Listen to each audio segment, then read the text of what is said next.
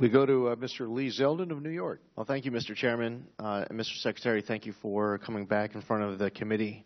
I wanted to discuss the Iran nuclear agreement. The President has stated that the nuclear agreement is not based on trust, but is based on verification. This past Monday, I received a letter from your talented Assistant Secretary for Legislative Affairs. I just wanted to discuss a couple of components of that. Thank you for the response. In the letter, it says that the Iran nuclear agreement, quote, relies on the unprecedented monitoring and verification measures.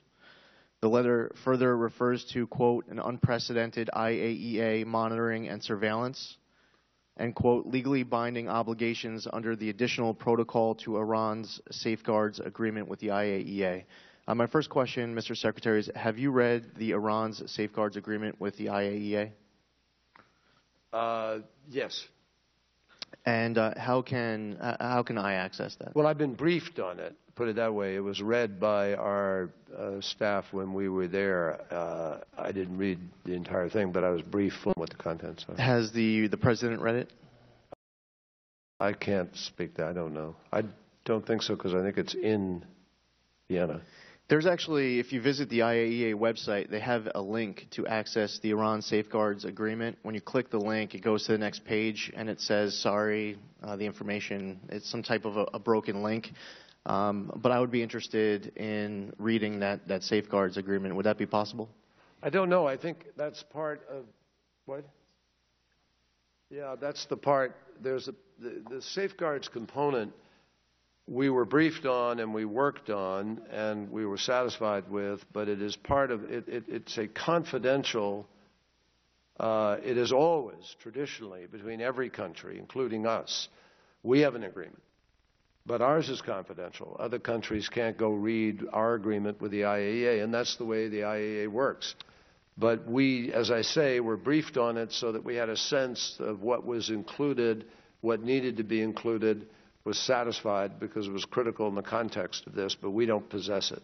Well, members of your staff have read it. You haven't asked to read it yourself? No, I was fully briefed on it at the time. I was in Vienna, and I was there on the last, obviously on the last day. This was of high concern to us. I believe then Undersecretary Wendy Sherman and others went over and met with the IAEA, and then they came back and briefed me out on it, but I didn't feel it was imperative at that point. And you feel comfortable stating that there's unprecedented IAEA monitoring and surveillance and verification measures? With one even caveat. Though you haven't read it yes, yourself? With one caveat. Okay. There is unprecedented allowance for that full measure of intrusive oversight and access. The key now will be to plus up the IAEA budget. We have the license for 130 or so additional inspectors to be permanently in Iran. There's a permanent office in Iran. But the IAEA is going to need resourcing to meet this. Now, we've always banked on the fact that's got to happen, and it will happen. But I just want to signal that that is an imperative component of this. Well, I'm concerned when there are reports that start coming out that says that the Iranians collect their own soil samples, that the Iranians inspect some of their own nuclear sites, and we have this opportunity to have the Secretary here in front of the committee, and these very concerning reports. I would love to be able to get confirmation as to whether or not you've read that in there.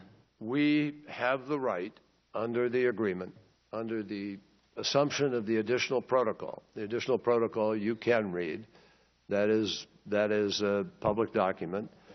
The additional protocol was negotiated by the IAEA, was put in place as a consequence of what failed in the framework agreement with respect to North Korea. And the lesson of that was there has to be the ability to follow up and have access in order to investigate any suspected or suspicious sites. I apologize. So, now just finish quickly. It'll take time. So we have a right of access. The IAEA has a right of access for any suspicious site, not to be collected by the others, but they themselves have the right of access. Mr. Secretary, why didn't you ask for a signature from Iran on the nuclear agreement? Why didn't you ask Iran to sign the nuclear agreement? Well, I believe they did sign Well, it. the letter that you sent said it's not a signed agreement. It specifically states, as a matter of fact, that It was signed. There was a signed. Excuse me. Iran did sign. The vice president of Iran, Ali Salehi, went over to the IAEA and signed the agreement at the IAEA headquarters. Okay. He signed it the morning before the agreement was announced. The reason why I was asking is it says that JCPOA is not a treaty or an executive agreement. That's accurate. It is not a signed document. That is accurate. It's not a treaty. It is a political agreement, but the actual agreement between the IAEA and Iran is signed. And that is a legal obligation. But the Iran nuclear agreement, the JCPOA, the P5+1, whatever we call it, is not signed by Iran. That is a political agreement, correct. But it is a political agreement. The question is, why didn't we ask Iran to sign it? Because it is a political agreement with force of law behind it, international law, because it has been embraced in and fully adopted by the United Nations and the United Nations Security Council. So that is why it has force of law, and that is why the snapback is a particularly forceful provision in this context.